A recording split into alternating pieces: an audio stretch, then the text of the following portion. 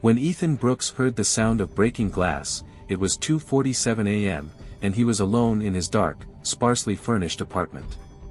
His heart skipped a beat. His left hand instinctively moved towards his nightstand, reaching for his Glock. He wasn't sure what had woken him, the glass breaking or the eerie feeling that someone had been watching him even before that. Years of working with Interpol's covert operations team had taught him to trust his instincts, and tonight, his instincts were screaming. Slowly, he got out of bed, eyes adjusting to the shadows in his room, every nerve in his body alert. He moved cautiously, rolling his feet along the hardwood to avoid creaking sounds as he approached the source of the noise. Through the door crack, he could see the vague outline of his shattered kitchen window and hear the faint sounds of movement. Two figures dressed in black were in his living room. Their features were masked, but the way they moved spoke volumes. They were trained. Special ops level, maybe even elite mercenaries. The fact that they were here, in his apartment in Paris, meant one thing: someone wanted him dead. Ethan couldn't afford to hesitate. Without another thought, he raised his Glock and took aim. A single muffled shot cracked through the silence as he squeezed the trigger. One of the figures dropped to the floor. The second intruder turned, but Ethan's shot was faster, and the man crumpled before he could retaliate. He didn't waste time investigating who they were. Instead, he scanned the room for anything they might have planted, any device or evidence left behind. But as he swept his gaze across the room, a shimmer caught his eye. There, on his table, was a sleek black envelope with an embossed symbol, a circle bisected by a lightning bolt. The insignia of the Black Lotus, a notorious shadow organization that had operated in the criminal underworld for decades. An organization he thought had been dismantled years ago. The implications hit him like a punch to the gut. Ethan remembered the last time he encountered them, in a mission that had nearly cost him his life. He'd been sent to recover sensitive intelligence on a biochemical weapon the group was rumored to have developed. Although he'd escaped with his life, the mission had ended in chaos, and Interpol's task force had suffered heavy casualties. The Black Lotus was no ordinary criminal syndicate, it operated with high-level support and military precision. Why would they want him now? And how had they even found him? He was officially dead, or at least that's what his files said. After the incident in Bolivia 2 years prior, Interpol had given him a new identity, wiping his records clean and placing him on permanent leave. Only a select few knew he was still alive. The envelope lay like a viper on his table, daring him to open it. He picked it up, feeling its surprising weight. Inside was a single sheet of paper, and when he unfolded it, his eyes fell on a short, chilling message: "Our past mistake will soon be corrected. Come to Rome if you want answers." He didn't need to think twice. The last time the Black Lotus had left a message like this, he'd lost 2 close friends. Rome, then. He'd be ready. The next evening, Ethan arrived in Rome, blending seamlessly into the bustling crowds that swarmed the city's ancient streets. The note had given no address, no meeting spot, just a city. But he knew they'd find him. He was barely 2 blocks from the Colosseum when he noticed a woman, tall and striking, following him from a distance. She kept her pace casual, but her gaze was intense. There was no mistaking her, she moved with the trained subtlety of an agent. Ethan ducked into a narrow alley and waited. Within seconds, she rounded the corner. He had his gun out, pressing it to her ribs before she could react. "Who sent you?" he whispered harshly, keeping his voice low.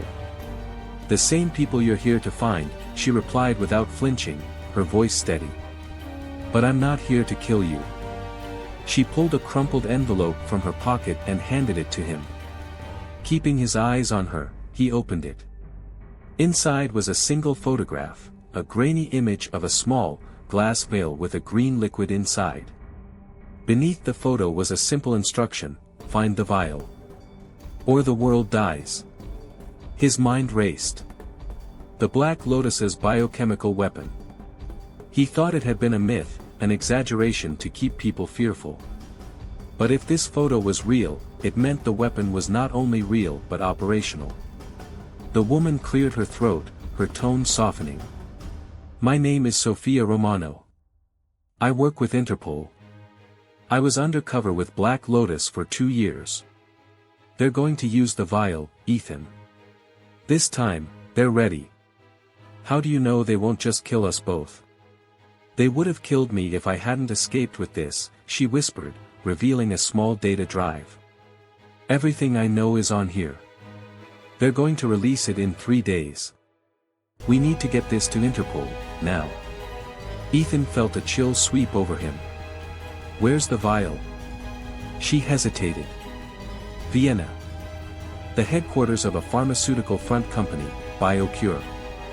They plan to release it through their distribution network, infecting millions within days. Their mission was clear: intercept the weapon before the Black Lotus could unleash it." The next day, they were on a private flight to Vienna. Ethan tried not to let his thoughts drift to what would happen if they failed. The implications were terrifying. Sophia's intel indicated that the weaponized virus could trigger a mass pandemic with a nearly 100% fatality rate. If released, humanity itself would hang in the balance. As their plane landed in Vienna, the sense of urgency became overwhelming. They had a narrow window of opportunity, and BioCure's headquarters was as fortified as a military base. They rented a car and drove in silence, each lost in thoughts about what lay ahead.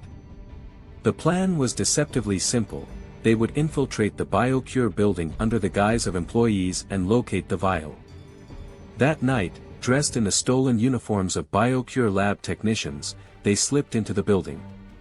Every step through the sterile corridors made Ethan's heart pound faster. The facility was eerily quiet, with surveillance cameras rotating mechanically above them, reminding them they were on borrowed time. Finally, they reached the lab. Through the glass walls, they saw it, the vial, resting inside a containment unit. They were close, but before Ethan could reach the containment unit, a voice echoed over the intercom. "Well done, Ethan. I see your instincts haven't dulled." The voice was smooth and chillingly familiar: Lucian Keller, head of the Black Lotus. "But did you really think I'd leave my prize unguarded?" As the last word left his lips, the room flooded with armed guards. Ethan and Sophia pressed their backs against each other, outnumbered but resolute. "Any last words?" Keller taunted over the intercom, clearly savoring his supposed victory. But Ethan had one last trick. He pulled a small, cylindrical device from his pocket and threw it toward the guards. A bright flash and a deafening bang disoriented them, buying him and Sophia the few seconds they needed. They leapt toward the vial, securing it and racing toward the exit as alarms blared throughout the facility. But their escape wouldn't be that easy. Keller's men pursued them relentlessly through the corridors, gunfire echoing through the building. They fought back, but ammunition was running low, and they could hear footsteps closing in. Outside, they sprinted for the car, every step feeling heavier as Keller's men gained ground. Finally, they reached the vehicle and sped away, Keller's guards close behind in pursuit. With the BioCure vial secured, they hurtled toward the airport. Just when they thought they might have escaped, one of Keller's SUVs rammed their car. Ethan struggled to keep control, veering toward the airport entrance. Sophia clutched the vial tightly, her knuckles white. Then, in a final desperate move, they managed to shake the last SUV just as they reached the terminal. They boarded a departing plane, the vial safely tucked away. Only once they were airborne did the magnitude of what they had achieved settle in. They had saved millions, and although the threat of the Black Lotus still loomed, they had dealt them a significant blow. As the sun rose, Ethan leaned back, allowing himself a rare moment of relief. But he knew better than anyone that in his line of work, peace was always temporary.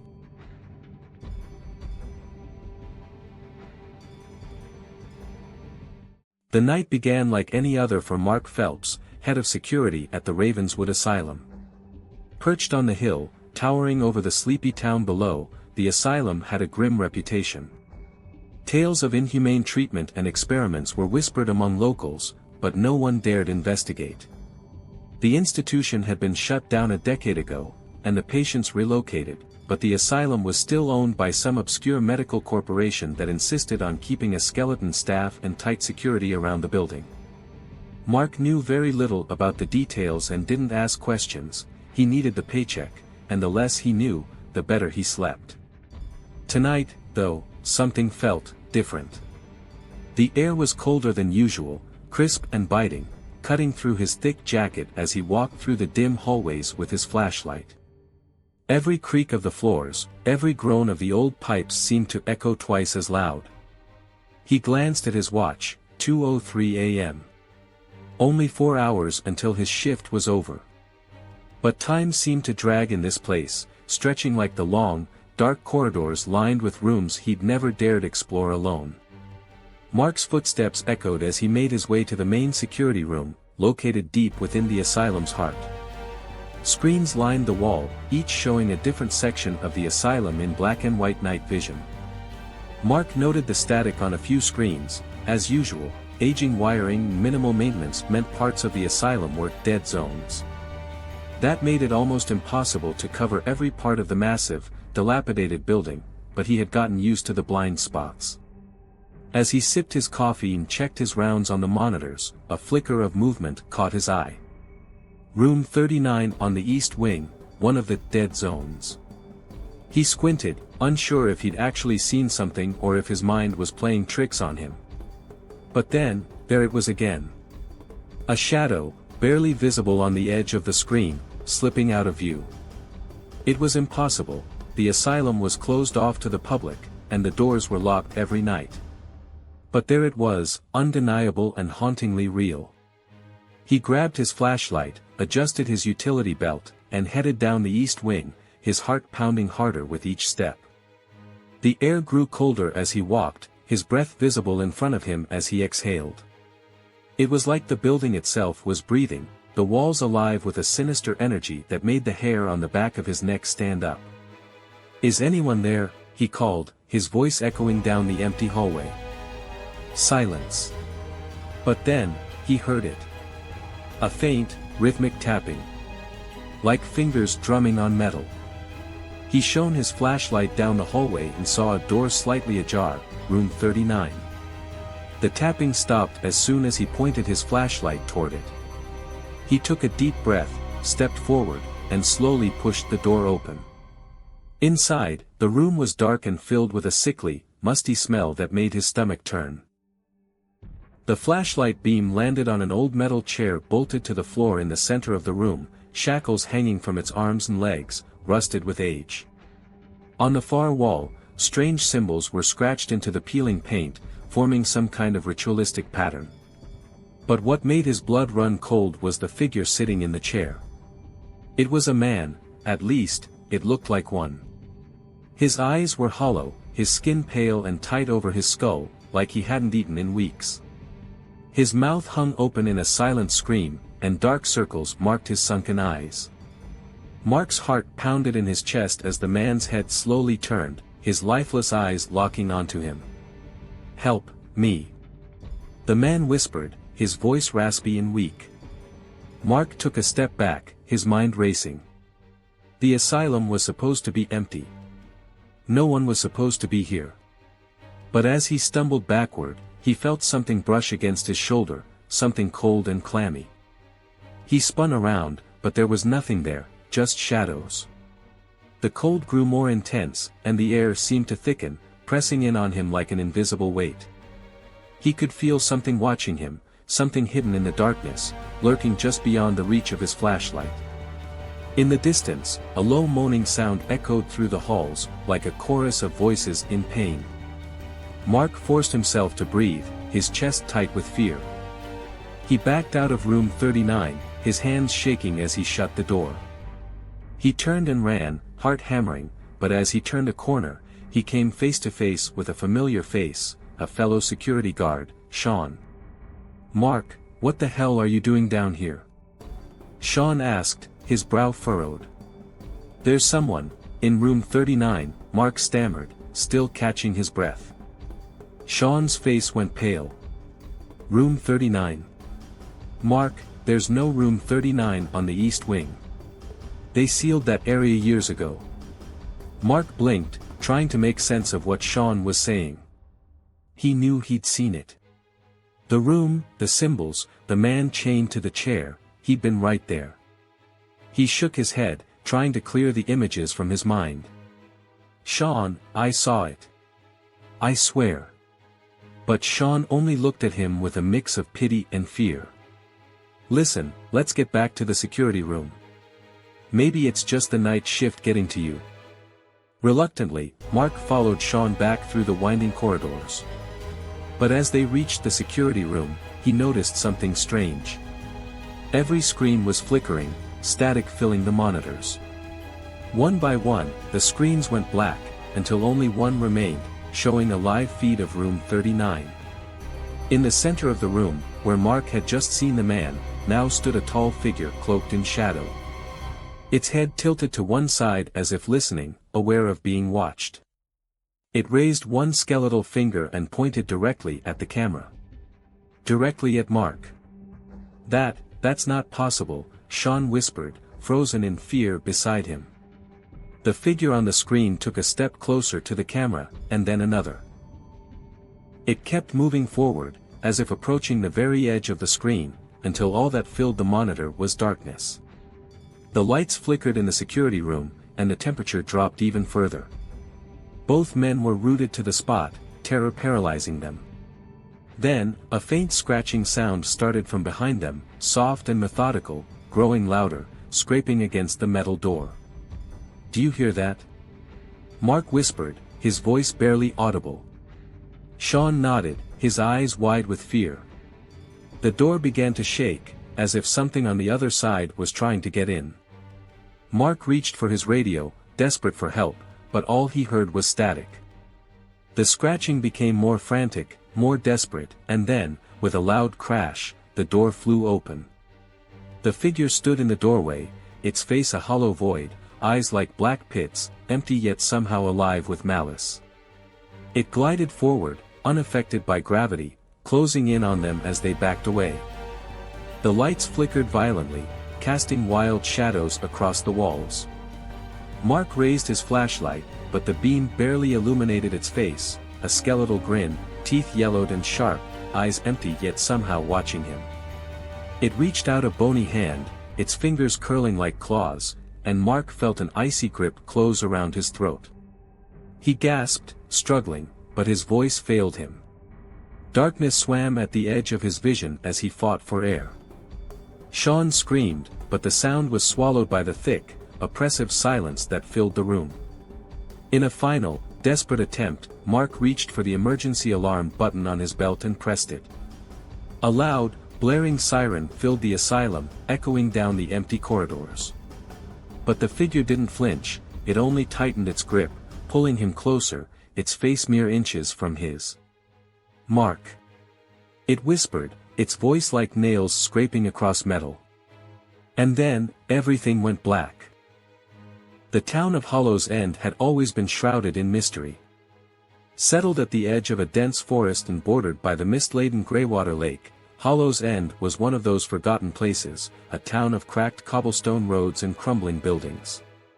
The residents were few, all hiding behind locked doors and drawn curtains, as if the forest itself harbored secrets too dark to confront. But tonight, Hollow's End felt even more still, as though something primal lay waiting. As rain began to pour down in thick sheets, drenching the town, a group of 5 people huddled near the old, decaying church at the center of Hollow's End.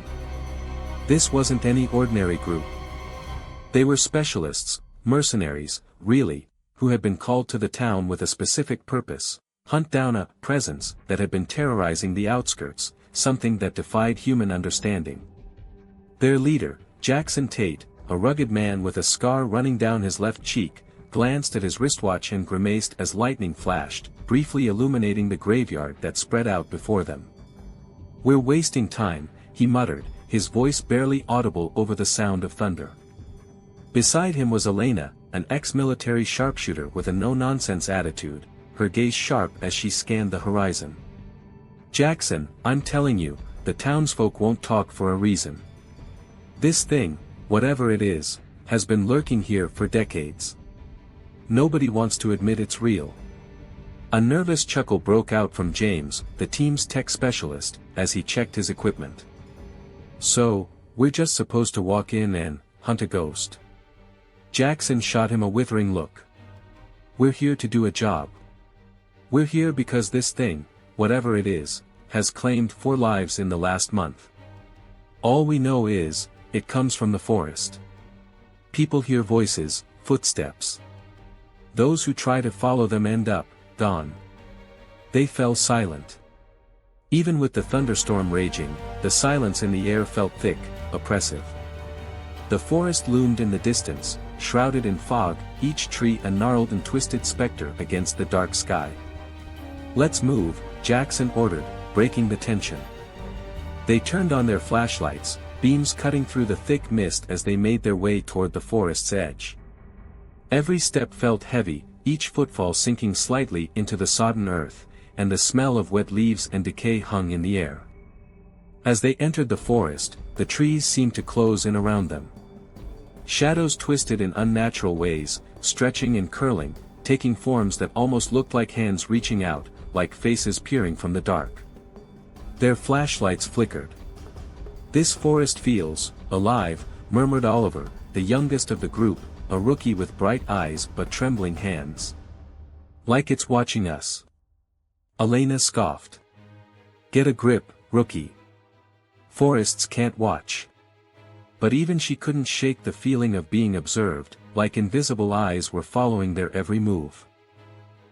The group continued forward, carefully navigating the uneven terrain, the silence broken only by the sound of their boots squelching in the mud. Suddenly, a whisper cut through the night, faint and chilling. It was impossible to tell where it was coming from, but it echoed, carrying an unnatural resonance. They all froze, exchanging nervous glances. "Did anyone else hear that?" James whispered, his voice shaking. Jackson nodded grimly, his jaw set. "Stay close. Don't stray off the path."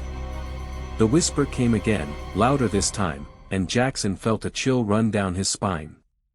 It was a voice, soft and distant, speaking a language he didn't recognize, an ancient and guttural tongue that felt wrong, like it was never meant to be heard by human ears. The whisper grew, spreading through the air like a virus, as though the entire forest had come alive with voices, each branch, each leaf murmuring that same haunting chant. The air grew colder, and Jackson could see his breath misting before him. And then, the voice stopped. The sudden silence was even more unnerving. The team looked at each other, fear in their eyes, but they were too far in to turn back. Jackson gestured for them to continue. They walked in silence for what felt like hours, the forest seeming to warp and twist around them, paths doubling back on themselves, trees appearing to close in. The rain had stopped, but the air was thick with mist, swirling around their legs like tendrils. Then, out of nowhere, they heard a scream, a blood-curdling, agonized cry that echoed through the trees. It was close, too close. The team swung their flashlights in all directions, but the mist obscured their view. "Everyone stay sharp," Jackson barked. That scream, it could be one of the missing. As they pushed forward, the mist began to thin, revealing an old, decrepit cabin hidden in a clearing. It looked ancient, with walls of rotting wood and windows that seemed like dark, empty eyes staring out at them. The door hung open, creaking softly in the breeze. Without a word, Jackson approached the cabin, motioning for the others to follow. They moved as one, flashlights raised, weapons ready. As they entered the cabin, the air inside was thick with the smell of decay, a sweet, sickly odor that made their stomachs churn. The walls were covered in strange symbols, scrawled in what looked like dried blood. They were unlike anything Jackson had ever seen, twisting and writhing like they were alive. The cabin felt wrong, like it was a wound in the fabric of reality, a place that defied the natural order. In the corner of the room was a wooden trapdoor, partially open, leading down into darkness. Jackson glanced at the others, a silent question in his eyes. Elena nodded, her face pale but determined. They had come this far, they couldn't turn back now. He opened the trapdoor fully, revealing a set of narrow, winding stairs leading down into a black void. The air that rose from below was cold and smelled of earth and rot. Taking a deep breath, Jackson descended, his flashlight barely piercing the darkness. The stairs seemed to go on forever, twisting and spiraling down into the earth. The further they went, the colder it got, until their breath was coming out in white clouds. The walls were damp, covered in some kind of fungus that glowed faintly in the dark, casting an eerie, sickly green light. Finally, they reached the bottom, stepping into a vast, cavernous chamber. The walls were lined with more of those strange symbols, pulsating softly as if they were alive. In the center of the chamber was an altar, and on it lay something that made their blood run cold. A body, or at least what was left of one. It was shriveled, like all the life had been sucked out of it, the skin tight against the bones, the eyes sunken and hollow. But even more horrifying were the tendrils of darkness that seemed to writhe and pulse around it, tendrils that moved with a life of their own. "What is that?" Oliver whispered, his voice barely audible. Before anyone could answer, the shadows around the body began to shift, coalescing into a form, a figure of pure darkness, towering over them, its eyes like pits of infinite blackness. The air grew impossibly cold, and a deep, rumbling voice filled the chamber, reverberating through their bones. "You should not have come here."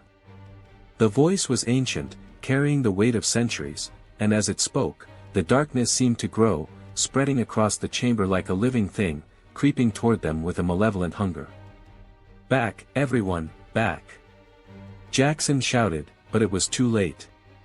The shadow figure lunged, its arms extending like tendrils, wrapping around Elena and lifting her off the ground.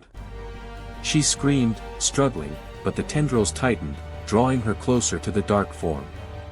Her flashlight fell from her hand, rolling across the ground as the others watched in horror.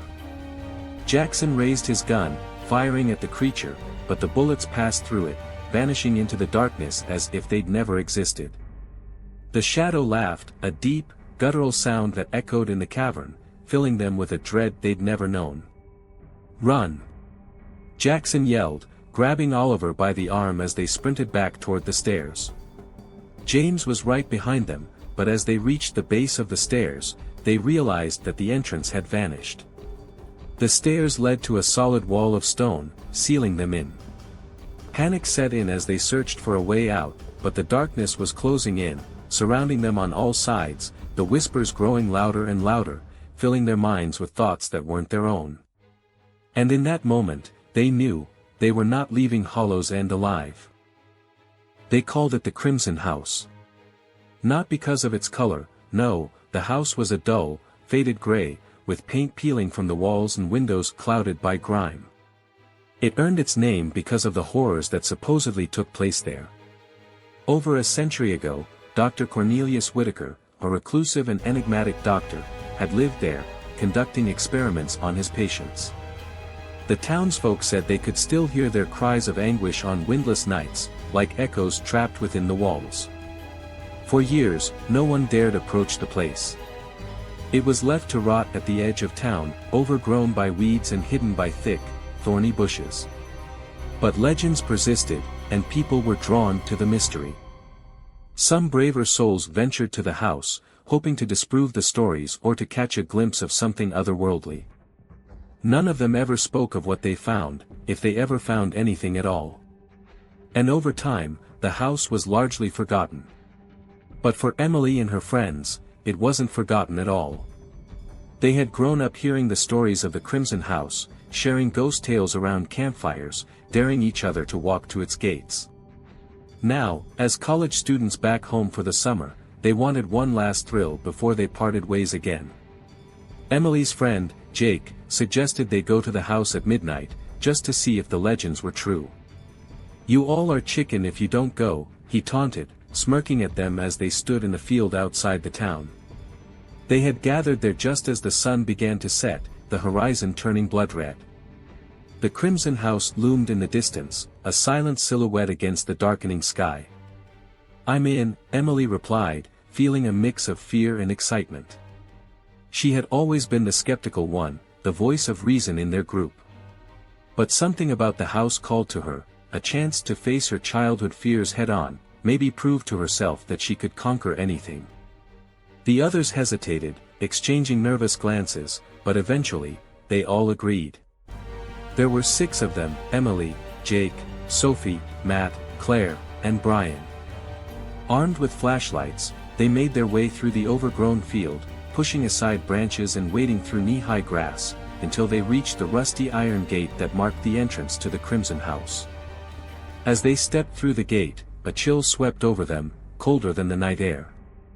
The house loomed above them, its windows dark and foreboding, like empty eye sockets. The front door was slightly ajar, creaking softly in the breeze. "Last chance to turn back," Matt joked, though his voice trembled.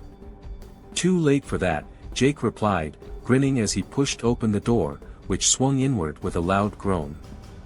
The air inside was thick and stale, carrying the faint scent of mildew and something else, something metallic. They shone their flashlights around, revealing a grand foyer filled with dust and cobwebs. A large staircase spiraled up to the second floor, its banister coated with grime. "Let's split up," Jake said, clearly trying to sound brave. "Cover more ground." "Are you out of your mind?" Claire whispered, clutching her flashlight tightly. "That's exactly how people die in horror movies." Jake rolled his eyes. "Fine, we'll stick together. But don't chicken out on me." They moved deeper into the house, their footsteps echoing on the creaky wooden floor. Every shadow seemed to shift, every creak of the old house sounded like a distant whisper. The walls were lined with faded portraits of grim-faced people, their eyes seeming to follow them as they moved. Emily felt a shiver run down her spine as they passed a particularly large portrait of a man with piercing eyes and a thin, cruel mouth. She recognized him from the legends, Dr. Cornelius Whitaker. The further they went, the colder it got. They reached the living room, a vast, cavernous space filled with old furniture covered in dusty sheets. A grand piano stood in the corner, its keys yellowed with age. As they passed, Emily swore she heard a faint note, like someone had brushed against the keys, but no one else seemed to notice. They explored in silence, their flashlights sweeping over forgotten furniture and decaying wallpaper. Just as they reached the dining room, Sophie stopped suddenly, shining her flashlight on the wall. Her eyes widened. "What is that?" she whispered. The others turned to look. There, scrawled across the walls in a dark, reddish-brown stain, were words, dozens of them, sentences that overlapped and twisted around each other, like a madman's ravings. "I can hear them. They won't stop. The voices won't stop. Is that blood?" Brian whispered, his face pale. Jake laughed nervously. "It's just paint. Probably some prank from the last people who were here." But Emily wasn't so sure. She couldn't shake the feeling that the words were real, that they were a message, a warning from someone who had been trapped here, driven mad by whatever haunted this place. "Let's keep moving," she said, her voice barely audible. She didn't want to be in that room any longer. They moved to the hallway, where they found a door at the end that led to the basement. The smell of rot was stronger here, filling the air with a sickly, metallic tang. "Come on, let's check it out," Jake said, opening the door and shining his flashlight down the stairs. Emily hesitated. Everything in her screamed to turn back, to leave the house and never look back. But she didn't want to be the one to back out, not after coming this far. They descended the stairs, their footsteps echoing on the stone steps. The basement was pitch black, their flashlights barely illuminating the room. There were strange, rusted metal tables in the center of the room, each one covered in dark stains. Chains hung from the walls, clinking softly as if moved by an invisible breeze. This doesn't feel right," Sophie whispered, her voice trembling. And then they heard it, a soft, scratching sound, like nails scraping against stone. It was coming from the far corner of the basement, where the shadows were thickest. "Who's there?" Jake called, his voice wavering. He took a step forward, raising his flashlight. The beam landed on a figure crouched in the corner, its back to them. It was thin and hunched, with skin stretched tight over its bones. The figure rocked back and forth, muttering to itself in a low, frantic voice. "Hey!" Jake shouted, his voice louder this time. The figure stopped, its head turning slowly to face them. Emily felt her blood turn to ice as she saw its face, a gaunt, hollow-eyed skull with skin that looked like it had been stretched over it. The eyes were black pits, staring straight at her, and its mouth opened in a silent scream, revealing rows of jagged, broken teeth. The figure lunged forward, moving with unnatural speed, its bony hands reaching out. The group scattered, stumbling backward as the figure let out a guttural, otherworldly scream that echoed through the basement, filling their minds with a terror unlike anything they had ever felt.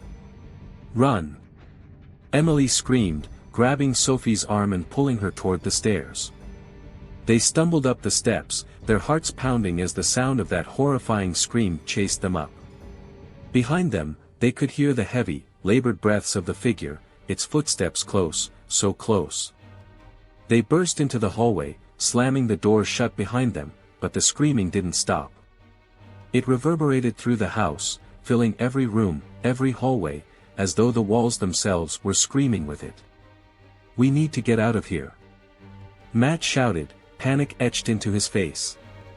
They ran toward the front door, but as they reached it, the door slammed shut, the locks clicking into place with a force that shook the walls. The windows darkened, as if an unseen hand had covered them, blocking out the faint light of the moon. The house was alive. Desperate, they ran through the rooms, searching for any exit, but every door they tried was locked, every window unbreakable.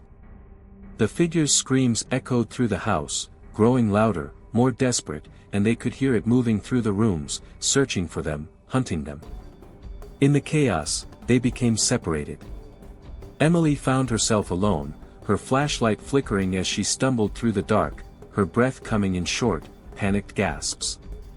She could feel the house closing in on her, its walls pulsing with a dark, malevolent energy. Then, just as she thought she couldn't take it anymore, she heard a voice, soft and gentle, cutting through the darkness. "Emily." She froze, her heart pounding. It was her mother's voice. But that was impossible, her mother had died years ago. "Emily. Come to me." The voice was calling from upstairs, echoing down the dark corridor. Emily's legs moved on their own, as if compelled by some unseen force, drawing her up the stairs toward the voice. She walked in a trance, her flashlight flickering as she moved through the darkened halls, the walls seeming to close in around her. As she reached the top of the stairs, the voice stopped, replaced by a silence so profound it felt like the entire world had ceased to exist. And then, from the shadows, the figure emerged, its hollow eyes staring into hers. It reached out, its bony fingers brushing her face, and she felt a cold unlike anything she had ever known, a darkness that seeped into her very soul. And in that moment, she knew, the house had claimed her. The rain fell in relentless sheets over the neon-lit streets of Silver City, casting an almost ethereal glow that distorted the shapes of people, cars, and buildings alike. Through the haze and the glowing signs, a lone figure moved with purpose, blending in with the shadows yet keenly aware of every sound, every shift in the urban landscape. That figure was Jace Ramirez, a former Special Forces operative turned private investigator, haunted by a past that wouldn't let him go. Jace's life had spiraled into a chaotic blend of half-forgotten memories and sleepless nights since his last mission, a mission that had gone disastrously wrong. He had lost most of his team, but what haunted him most wasn't their deaths, it was the man responsible. A man he was here to find tonight. Rumor had it that his target, Viktor Volkov, had resurfaced in Silver City, allegedly plotting something big and devastating. Jace's old friend, Detective Harris, had tipped him off, his voice tinged with an urgency Jace had rarely heard. Harris, a seasoned detective in Silver City's police department, had been tracking Volkov's movements for months, and the information he provided was always valuable, albeit sometimes cryptic. The glowing sign above Jace read, "Trenton Hotel," though the lights flickered as if ready to give out any moment, much like the hotel itself. Abandoned years ago, the once luxurious building had turned into a hiding place for criminals, squatters, and other souls who preferred to stay out of sight.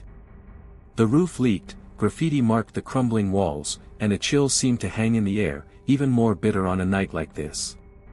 Jace exhaled slowly, his breath visible in the cold, damp air. He checked the Glock strapped securely under his worn leather jacket, feeling its familiar weight and comfort. While many things in his life were unpredictable, this gun was a constant, a tool, a weapon, and sometimes, a lifeline. According to Harris's tip, Volkov was meeting someone tonight, a man known only as the Broker. Jace had encountered the name before. It was whispered among criminals, a shadowy figure rumored to orchestrate and fund operations from the darkest corners of the underworld. Anyone who had a score to settle or a need for cash would turn to the Broker, provided they had the connections and the nerve. Jace crouched in the shadows across the street, waiting, watching. Every few minutes, he could see movement through the hotel's broken windows. Then, at exactly 11 o'clock, a sleek black sedan pulled up to the curb, its tinted windows offering no glimpse of the occupant inside. The door opened, and a man stepped out, his face concealed beneath a dark hat and coat. Jace knew it had to be Volkov. Silently, he crossed the rain-soaked street, careful to stay hidden. He entered the hotel through a side entrance, slipping into the darkness and closing the door behind him. The interior was even worse than he'd imagined, walls covered in peeling wallpaper, floors littered with broken glass and trash. It smelled like mold and something else he couldn't quite place. But Jace wasn't here for ambience. The faint hum of voices floated from deeper within the hotel. Jace's pulse quickened. He recognized Volkov's voice, a deep, accented murmur tinged with impatience, and the Broker's calm, icy tone that could chill even the bravest of souls. They were talking business, something about final preparations and ensuring Ramirez doesn't leave here alive. The Broker's voice was almost mechanical, like a surgeon explaining a delicate procedure. There was no anger, no emotion, just a detached calculation that unnerved Jace more than Volkov's open hostility. "You'll receive the final payment once the job is done," the Broker was saying, his tone as smooth as silk. "But if he interferes, end him. I don't care how." Volkov's laughter echoed down the hallway. "Trust me, he won't make it out. Ramirez is already a dead man." Jace's hands tightened into fists. He had known that tonight was a trap, yet he couldn't resist the chance to face Volkov. There was no turning back now. He pressed forward, sticking to the shadows, but his silent approach was abruptly interrupted. A heavy hand suddenly clamped down on his shoulder, shoving him hard against the wall. He didn't have time to react as a burly figure loomed over him, a bodyguard, judging by his size and the determined scowl on his face. Jace twisted, breaking free with practiced precision and driving his elbow into the man's gut. The bodyguard grunted, staggering back, but Jace was already a step ahead. He brought his knee up sharply, hitting the man in the stomach before landing a swift, powerful strike to his jaw. The guard dropped to the floor, unconscious. But the noise had given him away. The murmur of voices stopped. A silence stretched, heavy and expectant, until Volkov's voice rang out. "Ramirez." Volkov called, his voice laced with mockery and a touch of anger. "Did you really think you could sneak up on me?" A shot rang out, the bullet narrowly missing Jace's head. He ducked and rolled, firing back instinctively, though he knew he was outmatched. Volkov was armed, and more than likely, he had backup on the way. Jace felt the pressure building, the need for a plan intensifying with each heartbeat. He'd faced worse odds before, but he couldn't help the nagging feeling that tonight was different. Volkov and the broker weren't just random criminals, they were part of something much bigger, something calculated and ruthless. As Volkov's men closed in, Jace weighed his options. The main hallway was out, too open. He scanned the surroundings quickly and noticed an old ventilation shaft partially concealed by debris. It was risky, but it could give him an edge. He darted toward the shaft, pulling himself inside just as bullets peppered the wall behind him. The cramped space forced him to move slowly, every inch forward demanding focus and discipline. He could hear Volkov's curses and the broker's cold reprimand echoing through the walls, their voices a twisted reminder of how close he was to being cornered. Finally, he emerged from the shaft, dropping down into what appeared to be an old ballroom. Dust hung heavy in the air, and shattered chandeliers dangled precariously from the ceiling. Jace surveyed the room, his instincts on high alert. This room was a dead end. He'd either have to make his stand here or find another escape route. He was scanning the walls when a figure appeared from the shadows. Detective Harris. For a moment, Jace felt a flicker of relief. Harris was one of the few people he could trust, or so he'd thought. Harris? Jace asked, lowering his gun slightly, though his gaze remained wary. What are you doing here? Harris looked worn and anxious, a stark contrast to his usual calm demeanor. I tried to warn you, Jace, he said, his voice thick with regret. Volkov, he has my family. I didn't have a choice. Jace's pulse quickened, anger mixing with disbelief.